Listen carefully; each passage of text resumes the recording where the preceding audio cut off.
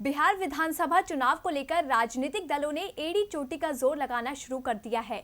महागठबंधन से लेकर एनडीए तक ने जातिगत समीकरण बैठाने के लिए सियासी बिसात बिछा दी है, जिसमें एनडीए ने एक नेता को उतारा तो आरजेडी ने मैदान में दलित नेताओं की पूरी फौज खड़ी कर दी। तो दलितों के बूते किस पार्टी में है कितना दम, इस रिपोर्ट में देखते हैं। बिहार की सियासी हवा किस ओर बहेगी, पिछले कुछ दिनों से ये सवाल गूंज रहा है, लेकिन अब धरातल पर जवाब में दलितों पर दांव नजर आता है। महागठबंधन से लेकर एनडीए तक दलित नेताओं को रिझाने में जुटे हैं। दोनों गठबंधन दलों की यही कोशिश है कि दलित नेताओं को अपने पाले में किया जाए। इसीलिए आरजेडी और जेडीयू में शहमात का खेल शुरू हो गया है। हिंदुस्तान आवाम मोर्चा के अध्यक्ष जीतन राम मांझी के महागठबंधन का साथ छोड़ने के बाद से ही जेडीयू उन पर नजरें गड़ाए हुए है। ऐसे में मांझी फैक्टर को डिफ्यूज करने के लिए आरजेडी ने अपने दलित नेताओं की पूरी फौज ही मैदान में उतार दी है।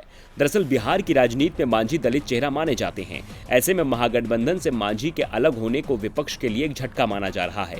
इसीलिए आरजेडी ने श्याम रजक, उदय नारायण चौधरी, रमई राम सहित अन्य 3 दलित दिग्गज नेताओं के जरिए प्रेस कॉन्फ्रेंस कराकर जेडीयू को यह संकेत दे दिया है कि मांझी के जाने से उनकी राजनीति पर कोई असर नहीं पड़ा है।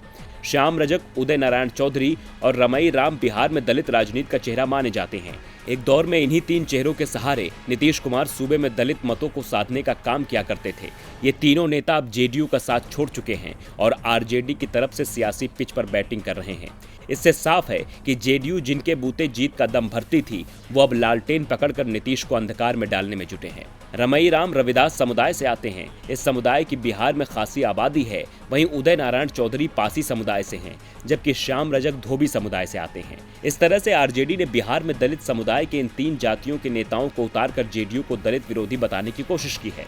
आरजेडी की ये कोशिश जेडीयू का समीकरण बिगाड़ सकती है, क्योंकि बिहार विधानसभा में कुल आरक्षित सीटें 38 हैं।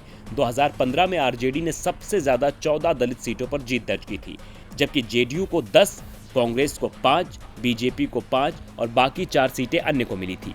इन आंकड़ों से साफ है कि आरजेडी दलितों को साधने में कामयाब रही है। अब देखना होगा कि अब की बार दलित फैक्टर किसे करता है पास और किसे करता है फेल। डीवी लाइव की रिपोर्ट।